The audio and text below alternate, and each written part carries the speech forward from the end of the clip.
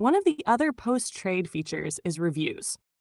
Now that we've reviewed the specific trade, we can take a step back and evaluate the entire day. To do this, head to that day's page and fill in the properties in the review header. If you're feeling ambitious, you can even do a weekly review.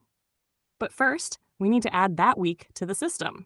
Click the New Week button on the left, pick the date range for the week, and fill in the properties for the review header. Once that's done, head over to the Weekly Review tab, and you'll see the reviews you've entered for that week, as well as the daily reviews for any days within that range. Only the days with filled out reviews will show up. You can also access the monthly and yearly reviews for the week from here.